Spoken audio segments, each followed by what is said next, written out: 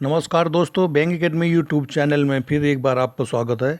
हम यहाँ 6 क्लास की साइंस एनसीईआरटी डिस्कस कर रहे हैं और अभी तक हमने इसके 12 चैप्टर डिस्कस कर लिए हैं और आज डिस्कस करेंगे चैप्टर 13, 14, 15, 16 जो परीक्षा की दृष्टि से महत्वपूर्ण पॉइंट दिए गए हुए हैं इन अध्यायों में।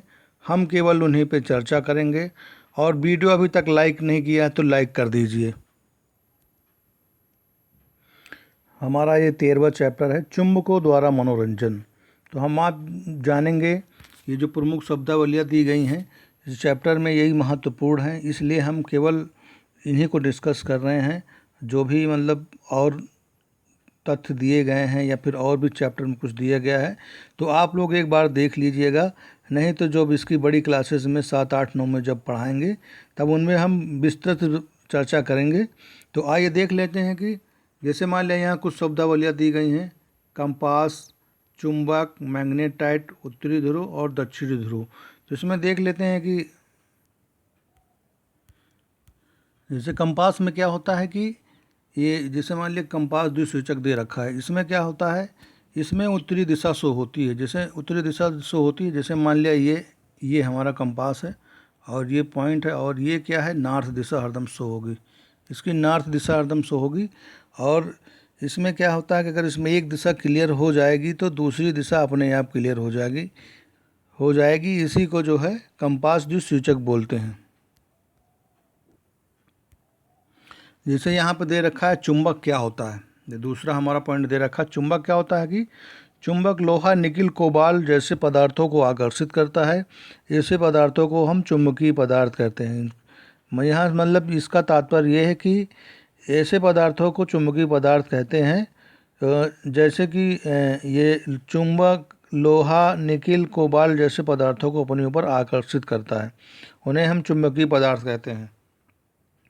और यहाँ पे जो जैसे मान लिया कोई अचुंबकीय पदार्थ है तो ये जो पदार्थ मतलब आकर्षित नहीं होते हैं उनको अचुंबकीय कहलाते हैं। तो यहाँ बताया गया। जैसे मैग्नेटाइट दे रखा है, यहाँ पे मैग्नेटाइट के बारे में आइए जान लेते हैं। यहाँ पे हम जैसे मतलब मैग्नेटाइट के बारे में जानेंगे और इसकी थोड़ी सी हिस्ट्री जानेंगे कि चुंबक कैसे खोजा गया है। कहते हैं कि प्राचीन यूनान में एक गडरिया रहता था, उसका नाम मैग्नस था। वो अपने भेड़ों तथा बकरियों के झुंड के पास पहाड़ों पर चराने के लिए जाता था और भेड़ों पर नियंत्रण के लिए वो अपने पास एक छड़ी रखता था। उसके पास एक छड़ी होती थी और छड़ी में क्या, छड़ी के सिरे पर लोहे की एक टोपी लगी होती थी। तो जब वो एक दिन चट्टान के ऊपर इस छड़ी को उठाने में उसे बहुत जोर लगाना पड़ा, तब क्या हुआ कि वो जो आश्चर्यचकित हो गया। चट्टान जो है छड़ी को अपनी तरफ आकर्षित कर रही थी। तो ये चट्टान एक मतलब क्या थी कि एक प्राकृतिक चुंबक थी। इसने गडरिये की छड़ी को की जो लोहे की टोपी थी उसको अपनी ओर आकर्षित कर लिया था और इस प्रकार मतलब कि चुंबक की खोज हुई। और मतलब ये जो गडरिया था उसका नाम उस पत्थर के मैग्नेटाइट जो है, उस गडरिया के नाम पर उस पत्थर को मैग्नेटाइट नाम दिया गया है। और मैग्नेटाइट में क्या होता है कि लोहा होता है और जैसे कुछ लोगों को विश्वास है कि ये मैग्नेटाइट मैग्नीशिया नामक स्थान पर सबसे पहले पाया गया था, तो यहाँ इसी को मैग्नेटाइट कहते हैं। ये देखिए, तो हम मैग्नेटाइट के बारे में जान लिए हैं। अब जैसे मान लिया चुंबक के बारे में बता ही दिए हैं आप लोगों को कि चुंबक जो है कि जिन पदार्थों में लोहे को आकर्षित करने का गुण पाया जाता है वे चुंबक कहलाते हैं। अब आइए जान लेते हैं, जैसे मान लिया कि उत्तरी ध्रुव क्या होता है और दक्षिणी ध्रुव क्या होता है। चुंबक के क्या होते हैं कि इसके मतलब 2 ध्रुव होते हैं, एक उत्तरी ध्रुव होता है तथा एक दक्षिणी ध्रुव। जैसे मान लिया ये है ये, तो इसमें क्या होता है, ये जो है ये नॉर्थ साउथ। तो इसमें क्या होता है, ये जो हमारा उत्तरी ध्रुव हो गया और ये दक्षिणी ध्रुव हो गया। आइए जान लेते हैं चैप्टर के सारांश के बारे में। जैसे इसमें बताया गया है, सबसे पहला पॉइंट है मैग्नेटाइट एक प्राकृतिक चुंबक है, जो भी हम डिस्कस कर रहे थे यहाँ पे वो बताया गया है। और दूसरे पॉइंट में डिस्कस किया गया है कि चुंबक लोहा, निकिल, कोबाल्ट जैसे कुछ पदार्थों को आकर्षित करता है, ऐसे पदार्थों को चुंबकीय पदार्थ कहते हैं। और तीसरे पॉइंट में है जो पदार्थ चुंबक से आकर्षित नहीं होते उन्हें अचुंबकीय कहलाते हैं। तो ये दोनों पॉइंट हम पहले डिस्कस कर ही चुके हैं। अब प्रत्येक चुंबक के दो ध्रुव होते हैं, उत्तरी ध्रुव तथा दक्षिणी ध्रुव, जो इससे पहले हम बता रहे थे। जिसे स्वतंत्रतापूर्वक लटकाने पर चुंबक सदैव उत्तर दिशा में आकर रुकता है। इसको जब हम स्वतंत्रतापूर्वक लटकाएंगे तो क्या होगा कि ये उत्तर दिशा में आकर रुक जाएगा। और चुंबक के असमान ध्रुव एक दूसरे को आकर्षित करते हैं, जबकि समान ध्रुवों में परस्पर प्रतिकर्षण होता है। तो इसमें ये जो होता है, इसमें क्या होता है कि एक जब इसमें जब समान ध्रुवों पर क्या होता है, परस्पर प्रतिकर्षण होता है, तो इसमें क्या होता है कि यानी कि अगर मान लिया पॉजिटिव, ये मान लिया पॉजिटिव और पॉजिटिव करेंगे तो एक दूसरे की मतलब ये क्या होगा कि एक दूसरे से दूर भागेंगे। यहाँ जैसे पॉजिटिव और पॉजिटिव करेंगे तो एक दूसरे के दूर भागेंगे। और मान लिया कि जब अगर मान लिया नेगेटिव करेंगे, जैसे मान लिया नेगेटिव कर दिया है इसको, तो ये क्या होगा कि एक दूसरे के ये भी दूर भागेंगे। तो यहाँ मतलब ये जब पॉजिटिव करेंगे तो एक दूसरे से दूर भागेंगे, तो ये आकर्षित कर मतलब यहाँ पे जो है एक दूसरे को आकर्षित करते हैं, जबकि समान ध्रुवों में परस्पर प्रतिकर्षण होता है। और जब नेगेटिव करेंगे तो ये भी दूर भागेंगे, तो यहाँ पे प्रतिकर्षण हो रहा है यहाँ पे, तो यहाँ पे आकर्षण हो रहा है। तो हमारा ये 13वां चैप्टर समाप्त हुआ। अब आइए नेक्स्ट चैप्टर की ओर चलते हैं। अब हम 14 चैप्टर डिस्कस करेंगे। चैप्टर का नाम है जल। तो इसमें क्या होता है, जैसे प्रमुख शब्दावलियाँ दी गई हैं, जैसे इसमें पहले दिया गया है, इसमें दिया गया बादल के बारे में। तो बादल के बारे में आप लोग जानते ही हैं। और जैसे संघनन है, संघनन और सूखा और वाष्पन और बाढ़, ओला। और जैसे इधर दिया गया है कि जैसे महासागर है और वर्षा जल संग्रहण है और हिम, जल वाष्प, जल चक्र। तो इसमें ये सभी प्रमुख शब्दावलियाँ दी गई हैं। इन सभी प्रमुख शब्दावलियों के बारे में आप लोग जानते हैं और पिछले चैप्टर में हमने इनको डिस्कस भी किया था। लेकिन यहाँ पे ये जो संघनन है, संघनन दे रखा है, इसके बारे में हम एक बार और आप लोगों का रिवीजन करा देते हैं। जैसे संघनन में क्या होता है, ये जो संघनन दे रखा है यहाँ पे, इसमें क्या होता है कि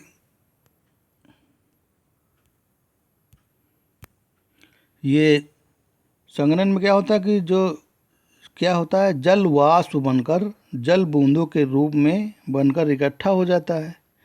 मतलब ये क्या होता है, संघनित हो जाता है। और फिर जब उसका टेम्परेचर बढ़ेगा तो बूंदें टूटने लगेगी, तो वर्षा अपने आप हो जाएगी। इसी को क्या है कि हम इसको संघनन कहते हैं। जैसे यहाँ पे एक और महत्वपूर्ण पॉइंट दे रखा है, ये जो दे रखा है ये वर्षा जल का संग्रहण। अब ये क्या होता है, जैसे मान लिया वर्षा के जल को एकत्रित करना और उसके भंडारण करने के बाद उसका प्रयोग करना। जब भी मतलब वर्षा होती है और वर्षा का जो है जल हम एकत्र कर लेते हैं और फिर जल की उपलब्धता में वृद्धि करने का ये एक उपाय है, मतलब इकट्ठा करने का। इस उपाय द्वारा वर्षा का जल एकत्र करने को वर्षा जल संग्रहण कहा जाता है। ये इसमें बताया गया है। अब आइए चैप्टर का सारांश देख लेते हैं। जैसे इसमें पहला पॉइंट दिया गया है कि जल जीवन के लिए आवश्यक है। यहाँ पहले पॉइंट में बताया गया है, तो जल ही जीवन है, आप लोगों ने सुना होगा, और जल जीवन के लिए आवश्यक है। और दूसरा पॉइंट है इसका जो है, वायु में वाष्पन और वाष्पोत्सर्जन से जल वाष्प मिलती रहती है। यहाँ ये बताया गया दूसरे पॉइंट में। और तीसरे पॉइंट में जलवाष्प वायु में संघनित होकर छोटी छोटी जल की बूंदें बनाती है, जो बादल जैसे हमें दिखाई देती हैं। बहुत सी छोटी जल की बूंदें परस्पर मिलकर वर्षा, हिम अथवा ओले के रूप में गिरती हैं। यहाँ ये बताया गया है, ये देखिए यहाँ पे ये बताया गया है। जैसे क्या होता है कि यहाँ पे ये बहुत सी छोटी छोटी जल की बूंदें परस्पर मिलकर वर्षा, हिम तथा ओले के रूप में, जैसे यहाँ पे देख रहे हो वर्षा, हिम और तथा ओले, ये तीनों चीज़ें यहाँ पे बताई गई हैं। और के रूप में गिरती हैं। तो मतलब जल वाष्प में संगठित होकर छोटे छोटे जल के बूंदें बनाती है, जो बादल जैसे हमें दिखाई देती हैं। हम देखते हैं तो बादल हमको दिखाई देते हैं, तो वही हैं जो वर्षा के जो संघनित होकर छोटे छोटे जल की बूंदें बनाती हैं बादल। और बहुत सी छोटी जल की बूंदें क्या करती हैं, परस्पर मिल जाती हैं तो हिम तथा ओले के रूप में गिरती हैं। अब आइए तीसरे पॉइंट को और चलते हैं। जैसे वर्षा, ओले तथा हिम नदियों, झीलों, तालाबों, कुओं तथा मिट्टी जल की पुनः पूर्ति करते हैं। यहाँ पे बताया गया है, देखिए यहाँ पे तीसरे पॉइंट में। अब आइए आगे चलते हैं। जैसे कि महासागरों तथा जलीय भागों के बीच के जल को जल चक्र कहते हैं, ये यहाँ पे बताया गया है, जल चक्र कहते हैं। अब इसमें क्या होता है कि यहाँ कहने का ये मतलब है कि महासागरों से जल पहले क्या होता है कि धरातल पे आता है, और धरातल से क्या होता है कि फिर ये नदियों के माध्यम से बहकर ये फिर महासागरों में पहुँच जाता है। तो इसी को क्या कहते हैं कि ये महासागरों तथा जलीय भागों के बीच के जल चक्रण को जल चक्र कहते हैं। जैसे मान लिया कि ये हमारा ये बोले महासागर है, ये मान लिया ये महासागर है। पहले क्या हुआ, जल जो है नदियों में आया, और नदियों से मतलब धरातल पे आया, धरातल से क्या हो गया, नदियों के सहारे बहकर फिर यहाँ पहुँच गया। तो इसी चक्र को जल चक्र कहते हैं। अब भाई आगे देख लेते हैं। अत्यधिक वर्षा से बाढ़ आती है, तो ये तो सबको पता है कि जब मान लिया कि अत्यधिक वर्षा हो जाएगी तो बाढ़ आएगी, जबकि लंबे समय तक वर्षा न होने से सूखा पड़ सकता है, यहाँ ये बताया गया है। और जैसे मान लिया कि जो लास्ट पॉइंट हमारा है, ये पृथ्वी पर उपयोग करने योग्य जल की मात्रा सीमित है, इसके लिए विवेकपूर्ण उपयोग की आवश्यकता है। मतलब हमारे पृथ्वी पर क्या है कि जो जल बहुत सीमित में है, इसलिए जब भी जल का हम उपयोग करें बड़ी सावधानी पूर्वक करें, और कम से कम मतलब जो है जल का खर्च कम करें, और कोशिश करें कि 1 लीटर पानी रोज़ बचाएं। यही यहाँ बताने की कोशिश की गई है। तो हमारा ये जो है चैप्टर जो है 14 यहीं समाप्त होता है। अब आइए नेक्स्ट चैप्टर की ओर चलते हैं। अब हम डिस्कस करेंगे आज इसका जो है 15वां चैप्टर हमारा, हमारे चारों ओर वायु। ये हमारा 15th चैप्टर है, हमारे चारों ओर वायु। आइए इसके बारे में जान लेते हैं। इसमें कुछ प्रमुख शब्दावलियाँ दी गई हैं, जैसे कि वायुमंडल के बारे में आप लोग जानते हैं। कार्बन डाइऑक्साइड, वायु की संरचना, ऑक्सीजन, नाइट्रोजन, धुआं, पवन चक्की, इसके बारे में आप लोग सभी जानते हैं। और इसमें क्या है कि कुछ जैसे मान लिया कि इसमें शब्दावलियाँ दी गई हैं जो हम लोग डिस्कस कर लेते हैं इनको। तो आइए हम पहले वायुमंडल के बारे में जान लेते हैं क्या है। जैसे क्या होता है कि पृथ्वी पर मतलब जीवन के लिए वायुमंडल आवश्यक है। तो हमारे चारों तरफ क्या होता है, एक आवरण होता है। जैसे मान लिया ये हम हैं, तो हमारे चारों तरफ एक आवरण होता है। ये जो है, ये मान लिया ये आवरण है, ये हम है, तो हमारे चारों तरफ ये क्या होता है, एक आवरण होता है।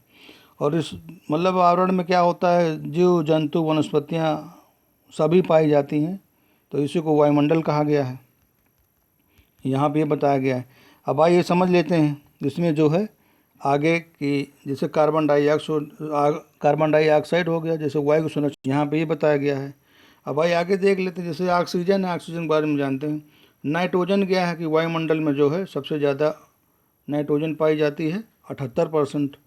जैसे धुआं के बारे में पता है, पवन चक्की के बारे में पता है। जैसे क्या होता है कि पवन चक्की के बारे में थोड़ा सा जानकारी ले लेते हैं। जैसे पवन चक्की के बारे में जान लेते हैं। जैसे इसमें क्या होता है कि जैसे मान लिया कि ये जो है ये ऐसे बना होता है, फिर जो है ऐसे करके ऐसे बना होता है, फिर इसमें क्या होता है ऐसे, इसमें मतलब 4 पंखे लगे होते हैं, ये 4 पंखे लगे होते हैं, ये 4 पंखे। तो इसमें क्या होता है, जो वायु जो है ये पवन चक्की को घुमाती है। ये जो है ये चारों जो है वायु के द्वारा घूमते हैं। तो मतलब पवन चक्की का उपयोग अब जान लेते हैं कहाँ पे होता है। पवन चक्की का उपयोग होता है जैसे ट्यूबवेल से पानी निकालने, और जैसे आटा चक्की चलाने में होता है। और पवन चक्की से क्या होता है, विद्युत भी उत्पन्न होती है। और जैसे यही बताया गया है यहाँ पवन चक्की के बारे में, इतनी जानकारी दी गई है। अब आइए देख लेते हैं चैप्टर का सारांश। जैसे इसमें जो पहला पॉइंट हमारा है, वायु प्रत्येक स्थान पर मिलती है, हम वायु को देख नहीं सकते परंतु इसे अनुभव कर सकते हैं। यहाँ ये बताया गया है कि वायु को हम बिल्कुल नहीं देख पाते हैं लेकिन इसको महसूस कर सकते हैं। और दूसरा पॉइंट इसका क्या है कि गतिशील वायु को पवन कहते हैं। गतिशील वायु को पवन कहते हैं। जैसे जब हवा एक स्थान से दूसरे स्थान पर चलने लगती है तो उसी को हम क्या कहते हैं, पवन कहने लगते हैं। यहाँ ये बताया गया है। अब जैसे क्या होता है कि वायु जगह घेरती है, जैसे अभी बता रहे थे कि जैसे मान लिया गुब्बारा ले लीजिए, गुब्बारा को फुला दीजिए तो उसमें क्या होता है कि वो जगह घेरेगा, तो उसी को मतलब यहाँ बताया गया कि वायु जगह घेरती है। जैसे आगे जल तथा मिट्टी वायु में उपस्थित होती है, यहाँ ही बताया गया है। वायु नाइट्रोजन, ऑक्सीजन, कार्बन डाइऑक्साइड, जल वाष्प तथा कुछ अन्य गैसों का मिश्रण है। इसमें धूल कण भी हो सकते हैं। तो यहाँ बताया गया है कि वायु में, जैसे वायु में क्या होता है कि नाइट्रोजन में पाई जाती है, ऑक्सीजन पाई जाती है, कार्बन डाइऑक्साइड पाई जाती है और जल वाष्प पाई जाती है। तो इन गैसों का मिश्रण रहता है वायु में, और धूल कण भी पाया जाता है। जैसे क्या है कि ऑक्सीजन ज्वलन में सहायक तथा श्वसन के लिए आवश्यक है। यहाँ ये बताया गया है ऑक्सीजन के बारे में। जैसे ऑक्सीजन क्या होता है, ज्वलन में सहायक होता है। जब मान लिया आग वाग लग जाती है तो ऑक्सीजन जैसे मिलती है तो और तेज़ी से जलने लगता है, और ये मतलब श्वसन के लिए ऑक्सीजन बहुत महत्वपूर्ण है, यहाँ बताया गया है। जैसे वायु की वो परत जो पृथ्वी को घेरे हुए है उसे वायुमंडल कहते हैं, यहाँ ये बताया गया है। अब क्या है कि जलीय प्राणी श्वसन के लिए जल में घुली वायु का उपयोग करते हैं, ये देखिए यहाँ भी ये बताया गया है इस पॉइंट में। अब क्या, वायु से ऑक्सीजन तथा कार्बन डाइऑक्साइड के आदान प्रदान के लिए पौधे तथा जंतु एक दूसरे पर निर्भर होते हैं, यहाँ ये बताया गया है। अब आइए नेक्स्ट चैप्टर की ओर चलते हैं।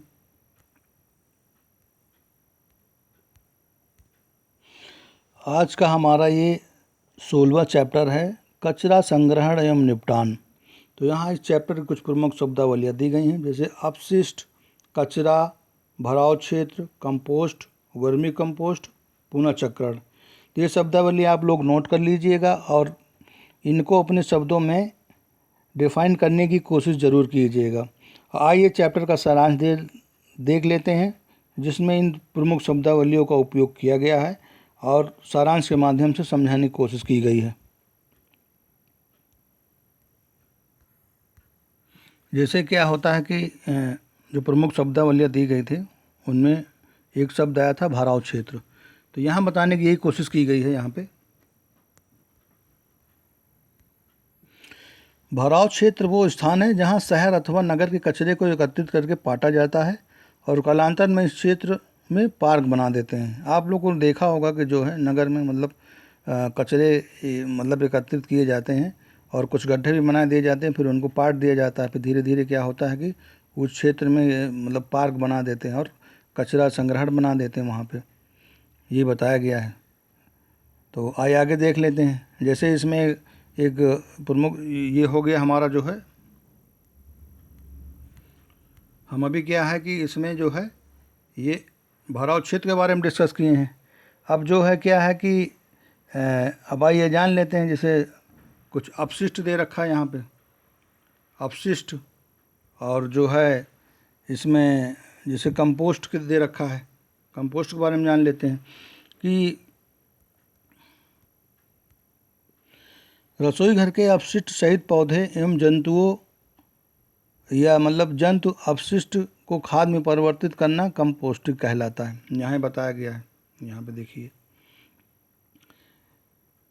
और जैसे क्या होता है कि तीसरे पॉइंट में रसोई घर के कचरे को क्रेम अथवा लाल केचुओं द्वारा कंपोस्ट में परिवर्तित करना वर्मी कंपोस्ट कहलाता है, यहाँ ही बताया गया है। शब्दावली में एक शब्द आया था कि वर्मी कंपोस्ट क्या होता है। जैसे कागज़ का पुनः चक्रण संभव है तथा पुनः चक्रण बने कागज़ से उपयोगी चीज़ें बनाई जाती हैं, ये पुनः चक्रण है, यहाँ भी बताया गया है।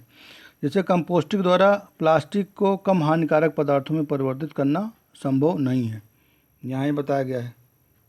जिसका मतलब ये है कि जो हमारी प्लास्टिक होती है, कंपोस्टिंग द्वारा क्या है कि प्लास्टिक को कम हानिकारक पदार्थों में करना संभव नहीं है, मतलब इसको परिवर्तित नहीं किया जा सकता, क्योंकि ये प्लास्टिक जो है गलती नहीं, बहुत समय तक पड़ी रहती है। अब आइए देख लेते हैं नेक्स्ट पॉइंट। हम कम से कम अपशिष्ट उत्पन्न करने की आवश्यकता है। क्या है कि हमें कम से कम अपशिष्ट उत्पन्न करने की आवश्यकता है। हमें अपने चारों ओर कचरे की बढ़ती मात्रा से निपटने के उपाय खोजने चाहिए। तो यहाँ पे 6 क्लास की साइंस एनसीईआरटी जो है समाप्त होती है। जो 6 क्लास की साइंस एनसीईआरटी चैप्टर में जो महत्वपूर्ण बिंदु दिए गए थे उनको मैंने डिस्कस कर लिया है। तो आज का मतलब जो है वीडियो यहीं समाप्त करते हैं, और देखने के लिए बहुत बहुत धन्यवाद। और अभी तक आप लोग इस चैनल को सब्सक्राइब नहीं किया है तो लाइक शेयर एंड सब्सक्राइब कर लीजिए, साथ में नोटिफिकेशन बेल भी ऑन कर लीजिए, जिससे आपको रेगुलर वीडियोज़ के अपडेट मिलते रहें। तो देखने के लिए बहुत बहुत धन्यवाद।